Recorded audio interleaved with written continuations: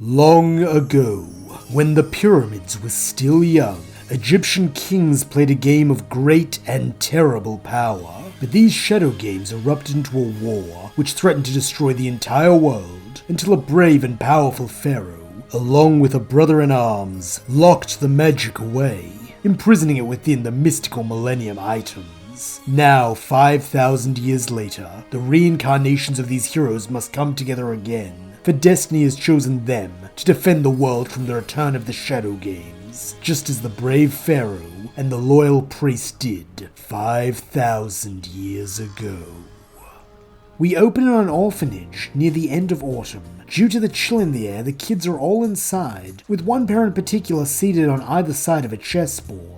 As they have done countless times before, they are engaged in a battle of wits, with the elder, Seto, easily defeating his younger brother Mokuba. However, as these are the days before Seto lost his smile, he is magnanimous in victory, coaching his brother on how to do better next time. Mokuba, for his part, stares up in awe at the boy who he considers to be the smartest person in the whole wide world, just happy to be able to play with him, as he knows how much Seto loves games. Eagerly, Mokuba suggests they play another round, though before they can begin, one of the caregivers enters the room, instructing the kids to gather round, as they have a guest. The man who follows is short and squat, with grey hair bound by a bandana, a well-trimmed beard, and kind eyes. Smiling warmly, he introduces himself as Solomon, urging them not to make a fuss on his behalf, as he knows how important play is, even at his advanced age. He then lets out a belly laugh, which in turn makes Mokuba giggle, causing the old man to look over to the boy and his brother with a smile, his eyes alighting when he sees what they are doing. Waddling over, Solomon asks the boys if they enjoy playing chess, to which Seto respectfully replies that they play it every day since it's one of his favourite games. Nodding encouragingly, Solomon states that he also likes games a lot. In fact, he even runs a game store in Domino City, a claim which excites both Seto and Mokuba as they implore the man to tell them all about it. Chuckling fondly, Solomon begins to paint a mental picture of the store in the boy's mind. Though it's nothing grand, to the two of them it sounds amazing, with Seto in particular growing more and more enraptured with each word. When he is done with stories of the products they sell, Solomon next speaks of the people who live there with him, specifically his grandson Yugi, a boy about Seto's age, who also loves games and puzzles as much as him, having even spent the last 2 years working to solve an ancient Egyptian puzzle that Solomon found when on an archaeological expedition to Egypt. Truthfully, it is for Yugi's sake that Solomon is here today, as in spite of the boy's kind heart and tenacity, he is a solitary child, having no friends to call his own. This breaks the old man's heart, just as much as the thought of all the kids here growing up without a family, and so he hopes that perhaps he can do a little to alleviate both problems by providing a child with a loving home, while also introducing Yugi to a new friend who will free him from his isolation. It seems that destiny favors this idea, as in Seto, Solomon has found exactly what he is looking for, and so does not hesitate to offer him a place in his family. Though Seto relishes this idea, he remains firm on one point, that he will not go without Mokuba, vowing that no matter how amazing the old man's gaming store is, he will not abandon his little brother. In the past, this has been a deal breaker for other prospective parents, but in contrast, this devotion makes Solomon's smile wider as he declares the more the merrier, telling both boys to pack their bags since they'll be leaving for their new homes as soon as they're ready. What follows is a blur of packing and paperwork for Seto and Mokuba as Solomon formally adopts the two boys, then leads them from the place that has been their unwilling home for the last several years. All the way back to the game store, the old man chats amiably with his young charges, wanting to know what he can do to make this transition as easy on them as possible. For their part, the two newest members of the Moto family appreciate his kindness, with Seto as the more vocal of the pair saying they're just happy to be away from that orphanage, since it was always just the two of them against the world.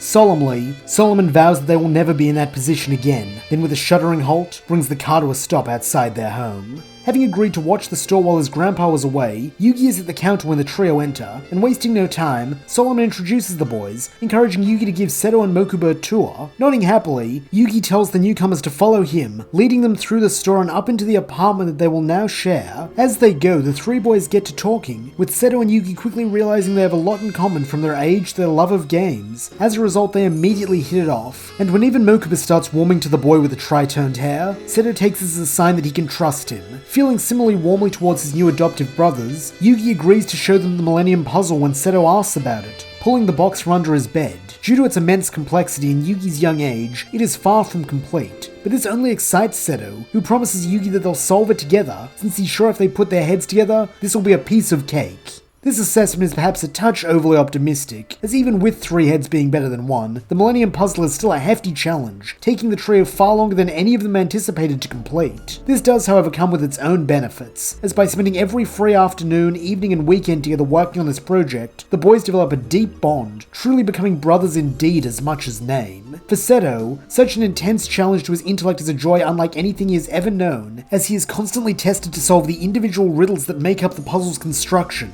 As a result, he quickly becomes the one leading the charge to complete it, as his pride will not allow him to be bested by some ancient artifact. As for Yugi, he has truthfully become less concerned with the completion of the puzzle itself, deriving more joy from the time spent with his brothers as they work together, while Mokuba is just happy to act as support for his big brothers, and getting to see them smile each time they overcome a little hurdle that brings them one step closer to their goal. However, the Millennium Puzzle is not the only pastime the brothers engage in, as now that they are a little older, Solomon has begun teaching them his favourite game of all, Duel Monsters. In doing this, he also shares stories of his younger days as an archaeologist, detailing the game's roots in ancient Egypt, as well as showing the boys the deck he has lovingly crafted over many years. Yugi and Mokuba both find these stories fascinating, though Seto's interested on something else entirely, quickly finding himself enamored by his grandpa's ultra-rare card, the Blue Eyes White Dragon. It is not the rarity or the power of this card that attracts the boy, but rather something about the dragon that seems to speak to his very soul.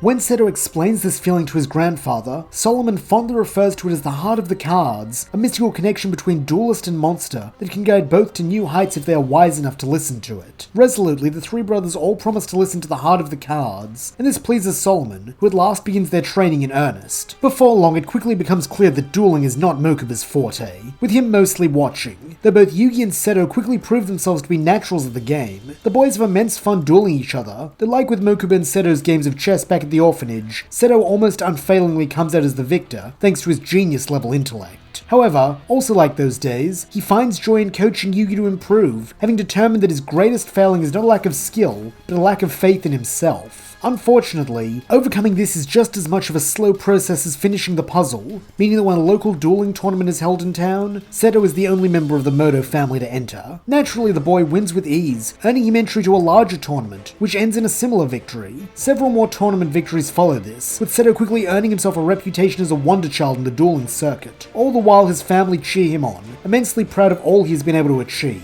Seto in turn is just as devoted to them, giving all the prize money he earns to his grandpa to help with the upkeep of the shop, while refusing to allow his new occupation as a tournament duelist to get in the way of his commitments to Yugi and Mokuba, still coaching the former in dueling, playing chess with the latter, and working on the puzzle with both. Finally, this endeavor comes to an end when Yugi and Seto are 14, as with shaking hands, the 3 brothers slot the faceplate bearing the Millennium symbol into the front of the puzzle, completing it at last. Though in doing so, the boys unwittingly unleash the shadow magic locked within, as all around them, malefic creatures resembling duel monsters take form. Protectively, Seto shoves the 2 smaller boys behind him, though this is a futile gesture, as the trio are already surrounded, and as a snarling Karibo lunges for the young brunette's throat, Seto braces to take it head on.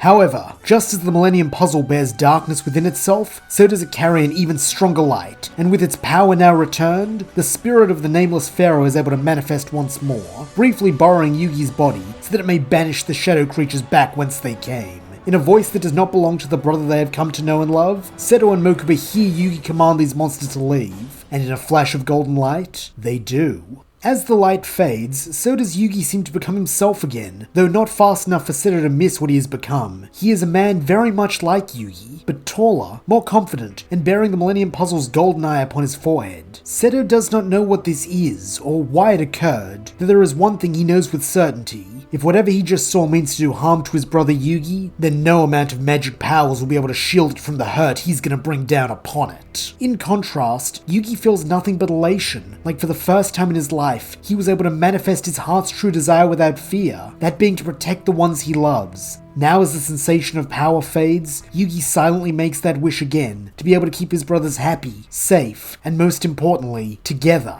After this, Yugi begins to wear the puzzle everywhere, seeing it as both a good luck charm and a reminder of his wish. Seto, still not trusting the Millennium item's power, begins researching Egyptian history and mythology, both with his grandpa and on his own. Unfortunately, he's not able to get too far in this endeavor, as even with the extra time he now has that the puzzle is complete, he still has his familial obligations and rapidly growing role in the competitive dueling circuit to attend to, as well as something new that will occupy much of his time: high school.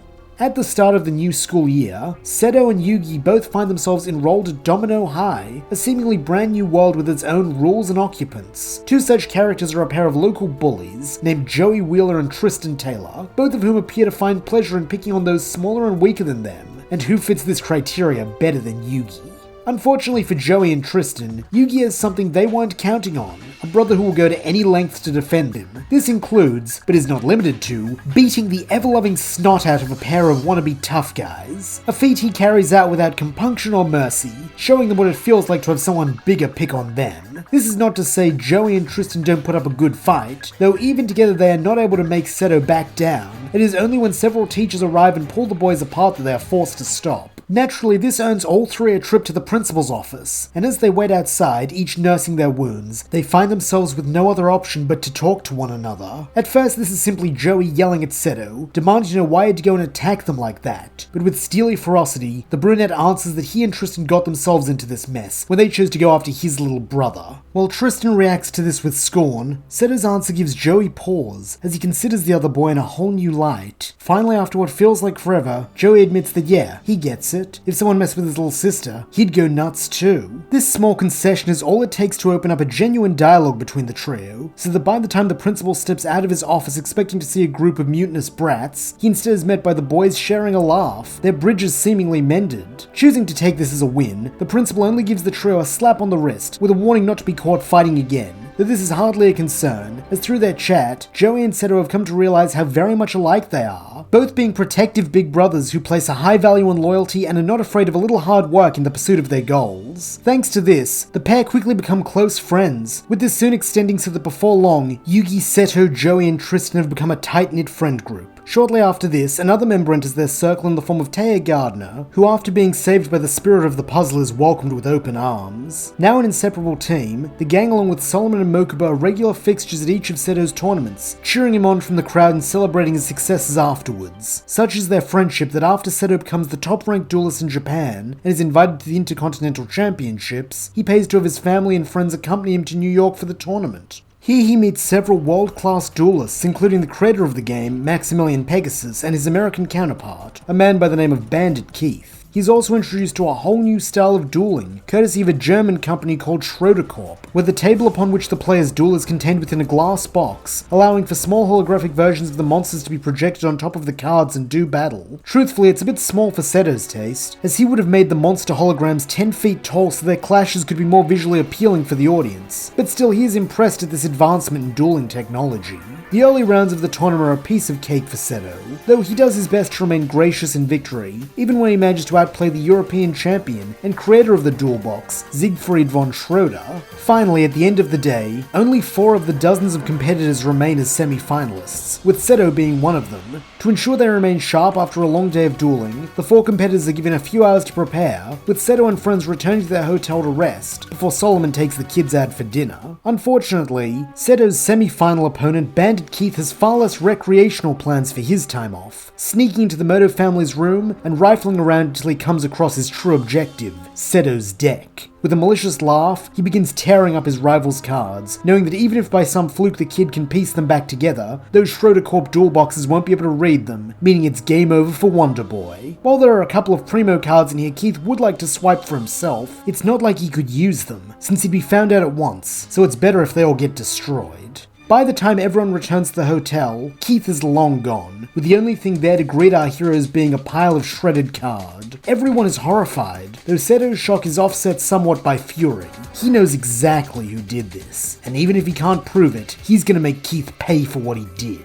The only question is how, since without a deck, he can't compete in the semis, meaning that scumbag will get a free ride to the finals. Seeing how much this upsets Seto, Yugi offers to give his brother his deck, saying that while he knows it's not as strong as Seto's old one, he believes in him, and with the heart of the cards on his side, there's no way he can lose. Even after all this time, Seto is stunned by this act of compassion, asking Yugi if he's sure, and when his little brother nods, he goes to accept, only to be stopped by Solomon, who instructs him to use his deck instead. This floors all 3 Moto brothers, with them all staring at their grandpa with matching looks of shock. Voice shaking, Seto protests that his grandpa put his heart and soul into that deck. He can't take it, especially not when it contains the Blue Eyes' old friend Professor Hawkins gave him. Smiling just as kindly as the day they met, Solomon tells the brown-haired boy that while this is all true, he has also put his heart and soul into raising his grandsons, with Seto having grown into a fine young man who duels with honor and believes in the heart of the cards. For this reason, he believes Arthur would be proud, just as Solomon himself is, to see his card in the hand of a young duelist like that. Having no words for this, Seto simply pulls his grandfather into a hug, then with a determined nod, takes the deck from the old man's hands, and strides from the room, ready to put Keith in his place. Being overconfident, the American champ is not even in the dueling box when Seto arrives, having to scramble from his seat in the audience to join the young upstarts so their duel can begin. Cool as ever, Seto sardonically asks Keith if he's feeling alright, stating that he looks a little flustered, almost like he thought his opponent wasn't going to turn up. But that would be crazy. Unless... Seto doesn't have to finish this sentence, as with a snarl, Keith tells him to shut his mouth, you little trap, and duel. Smirking, Seto replies that it would be his pleasure, taking the first turn and bringing out his Celtic Guardian in attack mode. Sneer curling his lips, Keith tells Seto that his pretty boy Celtic Guardian ain't gonna be so pretty after this, before laying down an attack position monster of his own, Sword Slasher. At once a miniature version of the swordsman appears atop Keith's card, and on the bandit's cry of battle, it runs across the table and impales the Celtic Guardian, dealing the first damage of the game to Seto, even if it is only 50 life points. Cackling like a hyena, Bandit Keith then taunts his foe, saying that it looks like the twerp wants to run home and cry, and honestly he doesn't blame him, since he wouldn't want to be facing down the world's toughest duelist either. From the audience, Joey calls out to Seto, urging him not to let this no-good cheat get in his head, but with a faint grin, Seto assures his friend that he's not, and to prove it, he summons Komori Dragon. With a roar, the purple and red drake appears on the field, its yellow eyes glinting as it seems to survey its prey.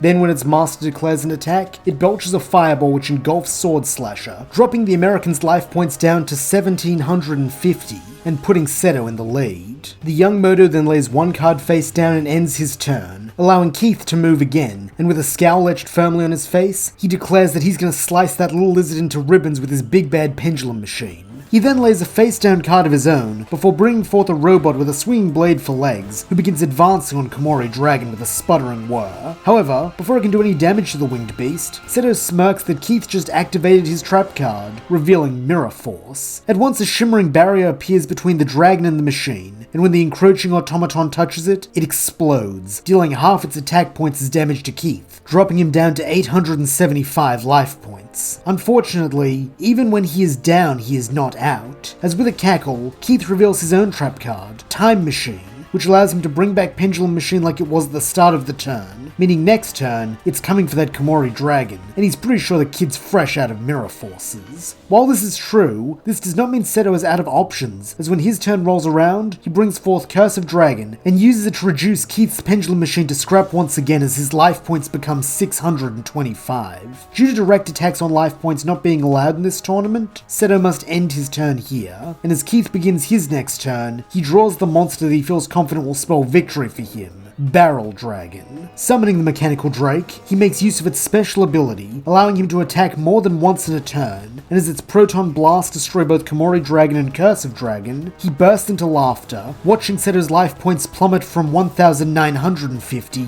all the way down to 450. In contrast to Keith's hysterics, Seto remains stoic, refusing to rise to the bait as the American taunts that with a whopping 2600 attack, there's only a handful of creatures in all of Duel Monsters that can take on his Barrel Dragon, and if he had to guess, little Seto doesn't have any of them in his deck. Also, if he's thinking of stalling him out with defense monsters, don't bother. He's got a stop defense card in his hand, so he'll just stick him in attack mode and then wipe out the rest of the kid's life points next turn. Face it, this duel's as good as over. Silently, the grandson of Solomon reflects on how Keith is only half right in his assertions, as while it is clear that this duel will be over soon, and that Barrel Dragon is powerful, he does have one card that can beat it. The only question is, can he draw it on this next turn? Trusting in the heart of the cards, Seto allows his fingers to touch the top of his deck. Then as a sudden warmth fills him, he draws, to reveal the Blue Eyes White Dragon. Summoning the legendary beast, Seto throws Keith's words back at him, feeling no need to be manly towards a cheat and a thug, though he also has a few words of his own to add, specifically the name of the spell card he plays in conjunction with this summoning, Makyu the Magical Mist. Suddenly, a deep fog blankets the playing field, obscuring Barrel Dragon, though Blue Eyes has no such problem as it soars above the mist, roaring triumphantly as it does. Locking eyes with Keith, Seto tells him he was right to say this duel's over, but with his usual swagger and bravado, the bandit insists that his opponent can't count, since Blue Eyes is only 400 attack points stronger than Barrel Dragon, while he has 625 life points left, meaning even if Seto gets rid of his monster, he'll still be in this fight. Smirking, Seto tells the blonde man to think again, since thanks to Makyu, the Blue Eyes White Dragon's White Lightning is now 30% stronger, meaning that'll be more than enough to take out both Barrel Dragon and the remainder of his life points. This causes a vein to pulse in the American's temple as he snaps that the dweeb's bluffing. He's gotta be. But as Blue Eyes begins charging its attack, the monitor in the duel box registers the dragon's attack points as 3,900. Frantically, Keith orders Seto to call off his attack, but it's already too late, as with a roar, the Blue Eyes White Dragon fires its white lightning, clearing away the mist and incinerating Barrel Dragon. The force of this attack is so intense that Keith falls backwards off his chair, and as Seto passes him to await his final opponent, he growls at the bandit to take this as a lesson to keep his hands off stuff that doesn't belong to him. Unsurprisingly, Pegasus wins his semi-final match just as easily as he has every other, resulting in him and Seto being matched up for the title of Intercontinental Champion. Unfortunately, due to the power of the Millennium Eye, even Grandpa's deck and Seto's faith in the heart of the cards are not enough to pull out a win, with the Duel Monsters creator claiming victory after only a handful of turns. However, due to the pure heart he found while scouring his mind, not unlike that possessed by a hero on a cartoon show in fact, Pegasus does not humiliate his young opponent, instead treating him with respect and shaking his hand when the duel is concluded. As an ambitious young man, Seto is naturally disappointed by this outcome, though he supposes if he has to be second best to anyone, the man who created the game is probably the best person for that to be. Nonetheless, his friends and family are immensely proud of him for how well he dueled, with Joey, Taya, and Tristan all saying that when they get back home, they might start playing the game as well. Yugi and Mokuba meanwhile congratulate their brother on making it to the final round, while Solomon insists that Seto give him a play-by-play of what he was thinking during each turn, and what his strategy was overall. Unfortunately, this debrief has to wait, as they are soon joined by Pegasus himself, who adds his praises for Seto Boy's performance, promising that one day they must duel again, an offer the young man is eager to accept. The eccentric billionaire then bids them farewell, though not before giving Yugi a long hard look, his one visible eye locked squarely on the puzzle hanging around the boy's neck. In the months that follow, life returns to normal, with school being the gang's biggest concern, since most of the local tournaments are too small fry for someone of Seto's dueling prowess to compete in. Helpfully, Seto suggests that perhaps Yugi should try entering them, as he has become quite an accomplished duelist in his own right thanks to training with Solomon and Seto. However, here the spiky-haired boy declines, stating that he's far too busy with school, and honestly he's just happy playing with friends. Thankfully, he has plenty of chances to do this, as since returning from America, he and Seto have been coaching their friends in Duel Monsters. While Tristan and Taya mostly just dabble in the game, Joey has become a devoted student, which in turn has helped Yugi, as his confidence has improved dramatically since taking on a mentor role with Joey. And to his credit, Joey has come a long way too, though Seto does wish that Knucklehead would actually start strategizing like he taught him, instead of just relying on tough-looking monsters and luck. However, everything changes on the night of the Duel Monsters Regional Championships. As the current national champ, Seto is exempt from this qualifying round, and so he along with his friends and family watch the finals on TV at the game store. In the end, it comes down to Weevil Underwood the insect specialist versus Rex Raptor the dino duelist, with Weevil pulling out a decisive victory against his more brutish opponent. When the match is over, a special guest then makes his way onto the field, that being Pegasus, who uses this opportunity to announce an upcoming tournament on his private island for the title of King of Games. At that moment, Solomon enters carrying two large packages in his arms, one addressed to Seto and the other to Yugi. Opening them, they find near-identical parcels containing strange gloves, a set of unfamiliar cards, and a pair of golden stars each. The only difference is that Yugi's package also contains a video cassette, and figuring that this might give them some insight into who sent this strange assortment of objects, Yugi puts it in, only for the world to freeze around him as Pegasus's face appears on the TV.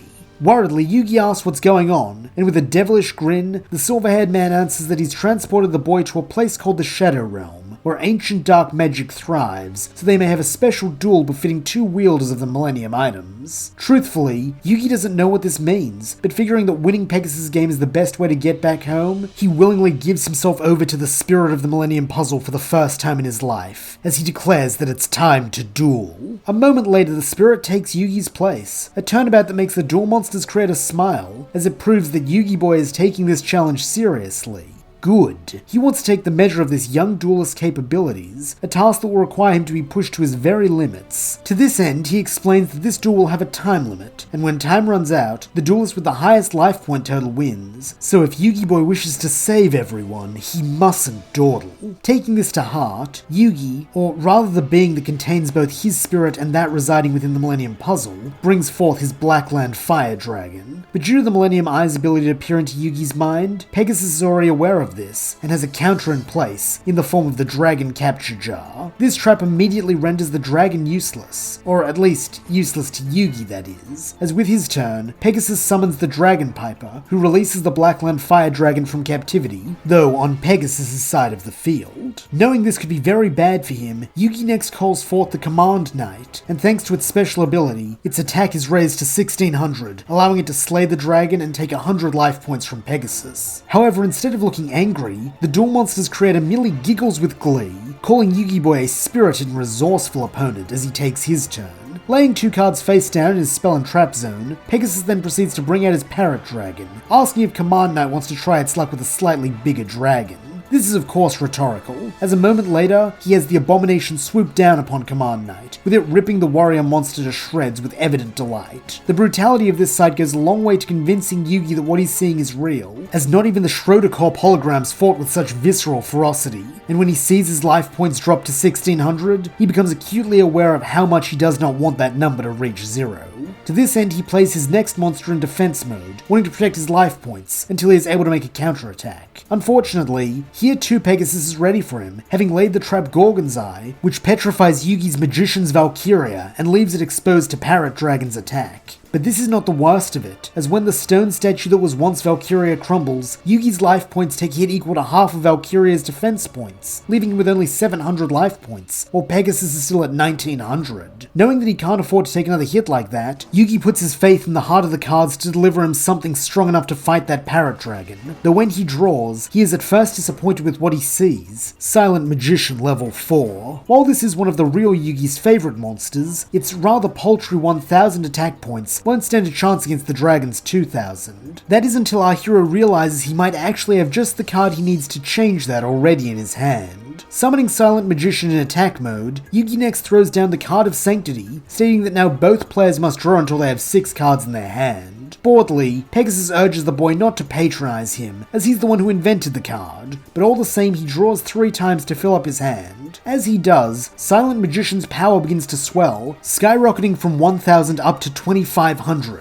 And when this is done, Yugi orders a silent burning attack which turns the Parrot Dragon into a Sunday roast. Groaning in despair, Pegasus watches his life points drop to 1400. Then when Yugi ends his turn, he draws again, further strengthening the Silent Magician to 3000 attack points. From his side of the field, Yugi can't help but grin. After such a bad start, it seems that things are really turning around. All he needs is a way to do damage to Pegasus' life points, and then the match will be his. However, before any such opportunity arises, the timer on the VCR runs out, causing the Industrial Illusions CEO to laugh that it seems like their match is over. A shame, as Yugi Boy was really starting to impress him. No matter, they will duel again, and for far higher stakes. Scowling, Yugi protests that he's done with Pegasus' games, but this only elicits a chuckle from the silver-haired man, as he retorts that with the right incentive, he can make anyone bend to his will.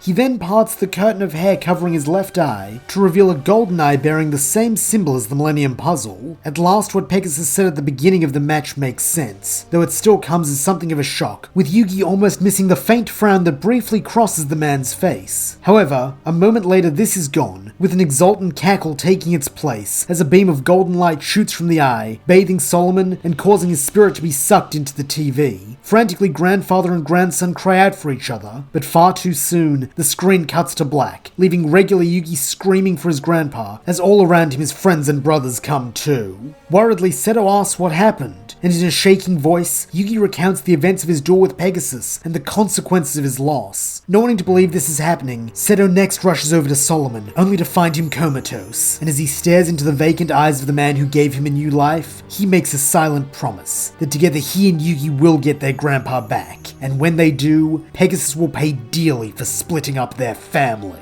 And that's where we'll leave things for now. Thank you so much for listening. I hope you enjoyed it. And if you did, please don't forget to like, subscribe, and leave your thoughts, suggestions, or screams of rage in the comments below.